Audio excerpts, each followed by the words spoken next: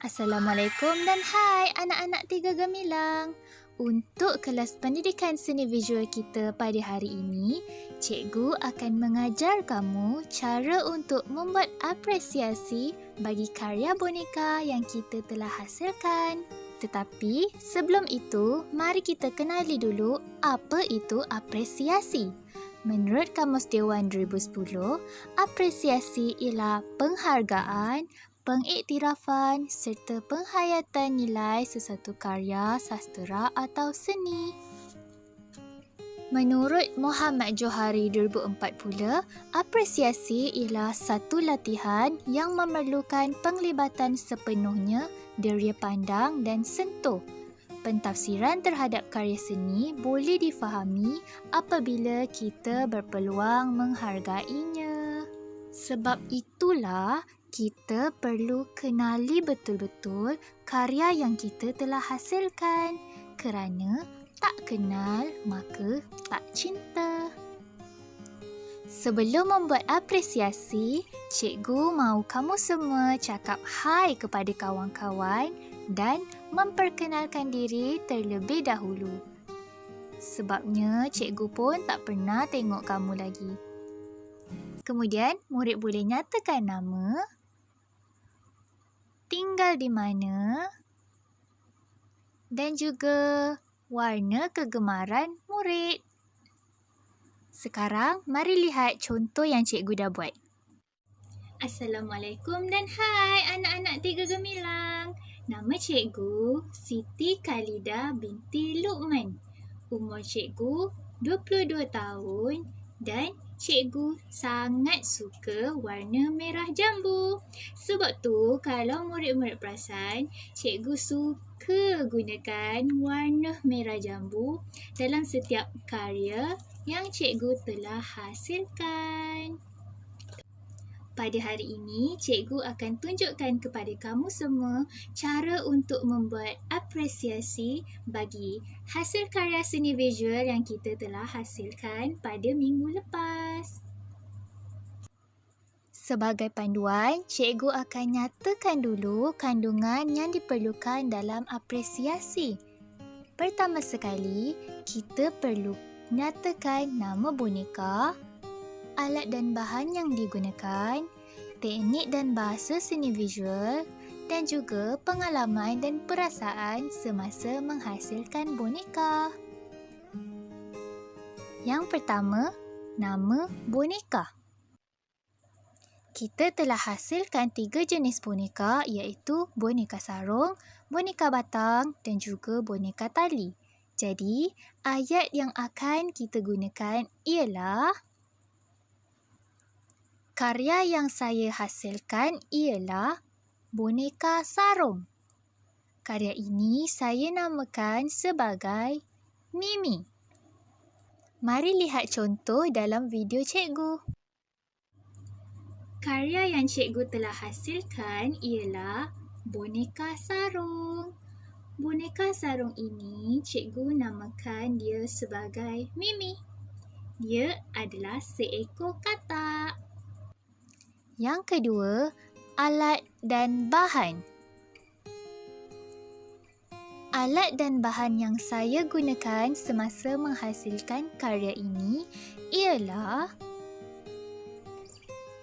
gunting, pembaris, pensel dan juga bahan seperti kain felt dan juga sedikit hiasan. Contohnya, alat dan bahan yang cikgu gunakan semasa menghasilkan karya boneka sarung ialah kain felt. Kain felt berwarna merah jambu, kain felt berwarna merah dan juga merah jambu yang lebih cerah. Kemudian cikgu juga ada menggunakan hiasan berbentuk bulatan yang cikgu beli di kedai DIY. 2 berwarna putih dan juga 1 berwarna kuning. Alat yang cikgu gunakan pula ialah gunting dan juga marker. Untuk mencantumkan kedua-dua keping kain felt ini, cikgu juga menggunakan pita 2 sisi. Yang ketiga, teknik dan bahasa seni visual. Dalam penghasilan ketiga-tiga karya boneka ini, secara tidak sedar, murid sebenarnya telah mengaplikasikan teknik seperti guntingan, lipatan, assemblage dan juga potongan. Bagi bahasa seni visual pula, terdapat jalinan. Antara kesan jalinan yang boleh didapati pada boneka ialah seperti licin, lembut, berbulu, kasar, bergerigi, tajam, halus, berbatu, berongga dan sebagainya. Mari lihat contoh video cikgu. Teknik yang cikgu gunakan dalam penghasilan boneka sarung ini ialah teknik potongan dan juga assemblage. Jenis ataupun kesan jalinan yang terdapat pada karya boneka ini ialah berbulu kerana ia diperbuat daripada kain felt dan juga licin.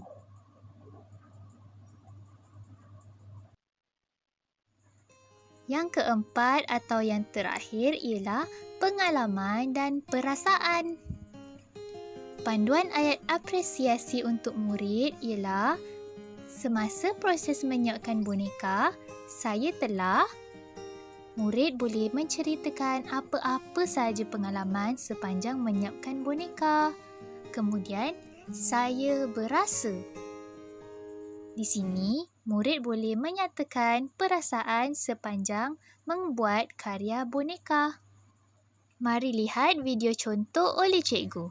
Dalam proses menyiapkan karya boneka sarung bernama Mimi ini, cikgu berasa sangat gembira kerana ini merupakan pertama kalinya cikgu menghasilkan karya boneka sarung. Walaupun Mimi seekor katak dan ia berwarna merah jambu, tidak mengapa kerana disebabkan kedai buku tidak beroperasi, cikgu sukar untuk dapatkan bahan yang lebih sesuai. Tapi tidak mengapa, untuk pendidikan seni visual, kita perlulah sentiasa kreatif dengan mencari bahan alternatif yang sesuai. Sekian saja apresiasi boneka sarung Mimi. Mudah saja kan? Bye! Dalam sesi Google Meet nanti, cikgu akan minta beberapa orang murid untuk membuat contoh apresiasi. Jadi, pastikan kamu teliti betul-betul video yang akan cikgu tunjukkan ini.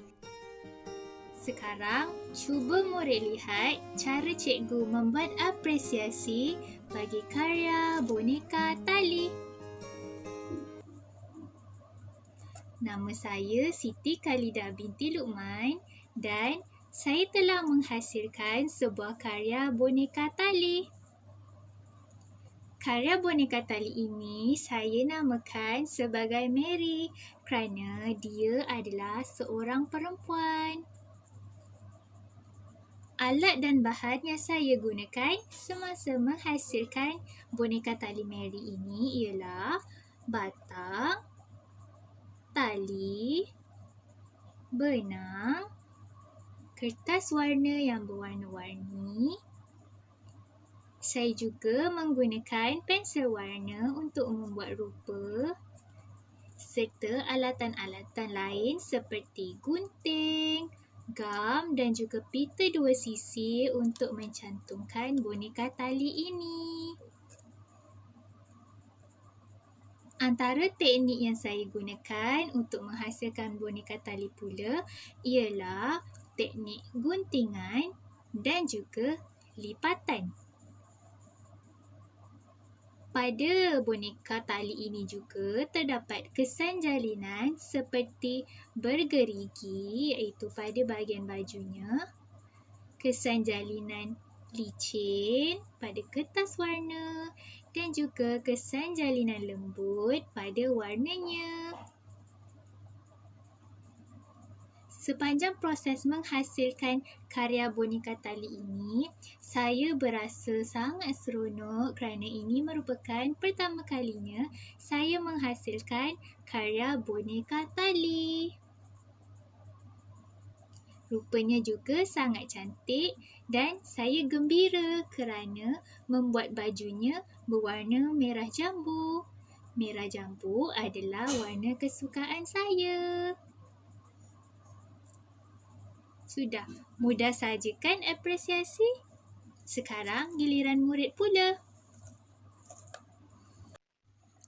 Terima kasih kepada murid-murid kerana telah menonton video pengajaran cikgu sehingga habis. Tahniah diucapkan kerana berjaya hadir dalam kelas pada hari ini. Jumpa dalam Google Meet nanti. Bye!